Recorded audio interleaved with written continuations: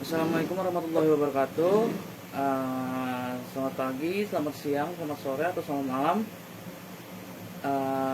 Perkenalkan, nama saya Muhammad Fadilah.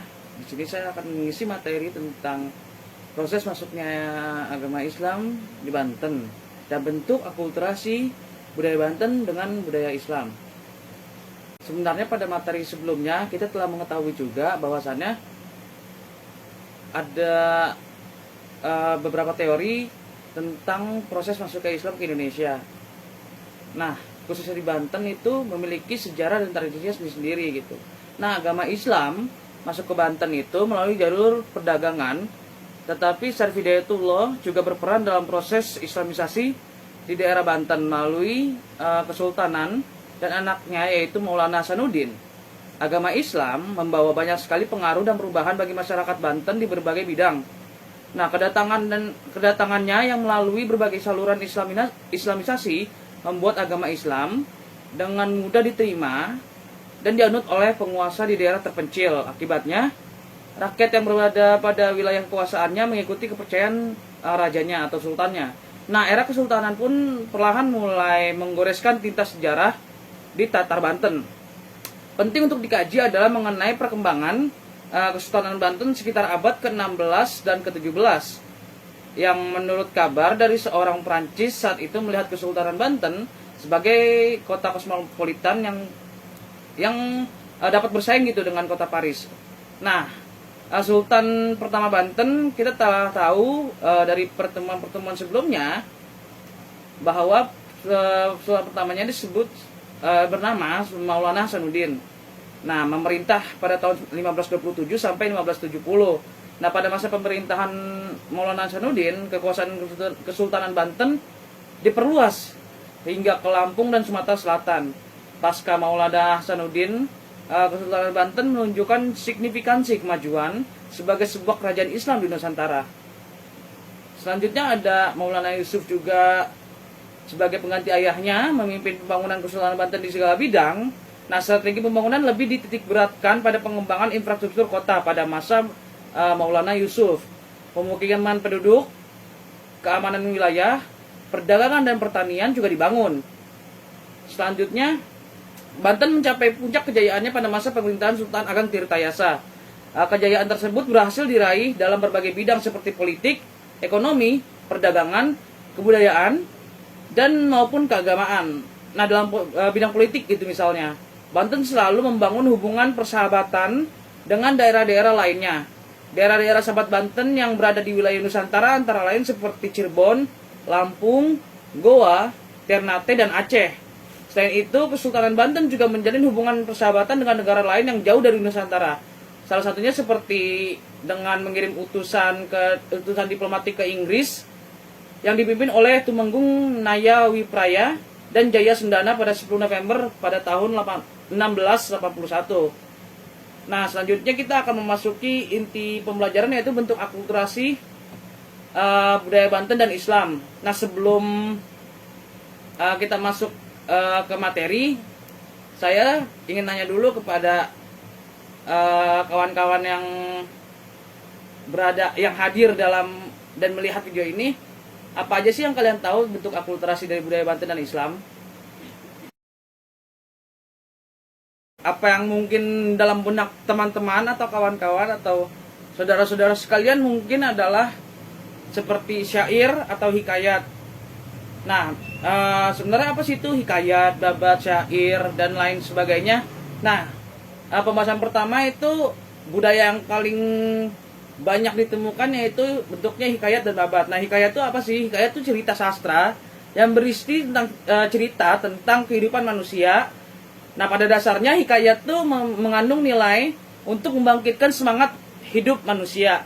Meskipun ada beberapa hikayat yang menceritakan tentang kesedihan, misalnya seperti hikayat Amir Hamzah, hikayat Nabi-Nabi, hikayat Kesultanan Aceh, hikayat penjelasan penciptaan langit dan bumi, dan lain sebagainya.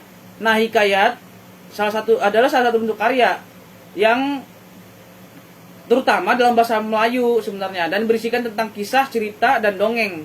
Umumnya mengisahkan tentang kehebatan maupun kepahlawanan seorang lengkap dengan keanehan, kesaktian, serta mukjizat dari tokoh utama yang diceritakan dalam hikayat tersebut. Selanjutnya yaitu ada babat. Nah, babat itu apa sih? Babat itu adalah sebenarnya karya sastra juga yang berupa cerita berlatar belakang sejarah.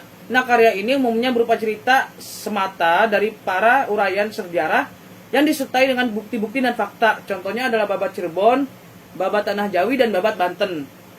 Selanjutnya yaitu ada suluk. Suluk itu adalah kitab yang berisi masalah-masalah gaib, ramalan hari baik atau buruk, dan makna simbol tertentu yang dihadapi oleh manusia. Suluk itu bagian dari ajaran tasawuf. Suluk Adil, karya sastra tertua peninggalan Kesultanan Islam di Indonesia.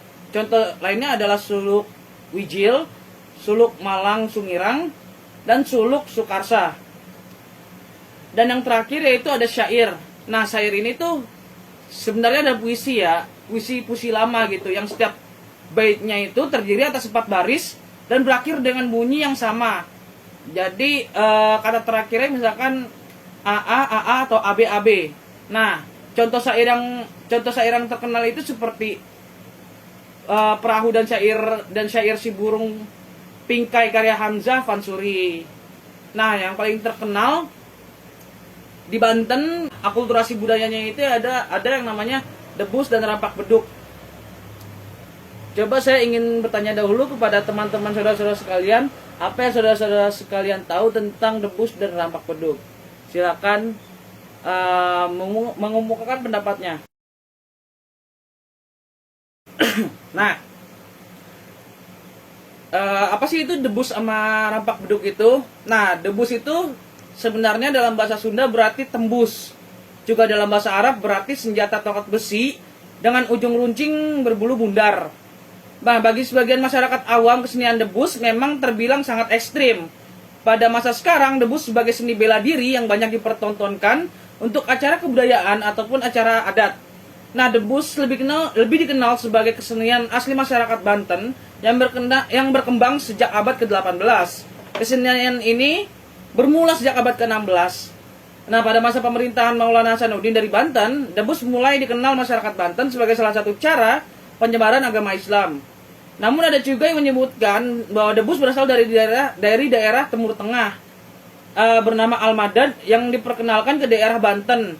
Ini sebagai salah satu cara penyebaran Islam pada masa itu. Yang lainnya menyebutkan bahwa debus berasal dari tarekat Rifaiyah Nuruddin Raniri yang masuk ke Banten oleh para pengawal Cuk Nyajin pada tahun 1848 sampai 1908. Selanjutnya ada rampak beduk. Nah, rampak beduk itu apa sih? Beduk itu kan kita mengetahui ya bahwa beduk itu terdapat di alat pukul untuk menandakan waktu masuknya waktu sholat gitu. Nah, beduk itu biasanya terdapat di hampir setiap masjid gitu sebagai alat atau media informasi datangnya waktu sholat wajib 5 waktu. Nah, kata rampak itu mengandung arti serempak sebenarnya. Jadi rampak beduk adalah seni beduk dengan menggunakan wadita berupa banyak beduk dan ditabuh secara serempak. Jadi ada beberapa beduk, tidak hanya satu beduk, yang dipukul secara bersamaan.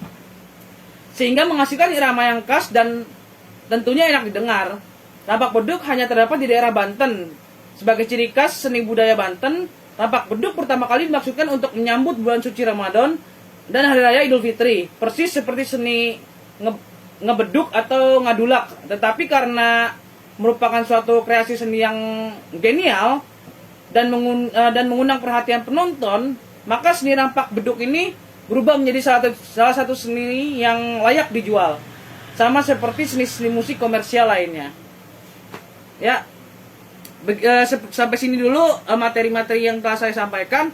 Untuk evaluasi, kalian bisa membuka Google Classroom yang telah saya berikan. Di situ terdapat 10 soal yang harus Anda kerjakan. Selanjutnya, jangan lupa untuk mengerjakan tugas kelompok tentang akulturasi kebudayaan antara Islam dan Indonesia, terutama Banten, juga proses masuk ke Islam ke Banten. Sekian dulu dari saya. Wassalamualaikum warahmatullahi wabarakatuh.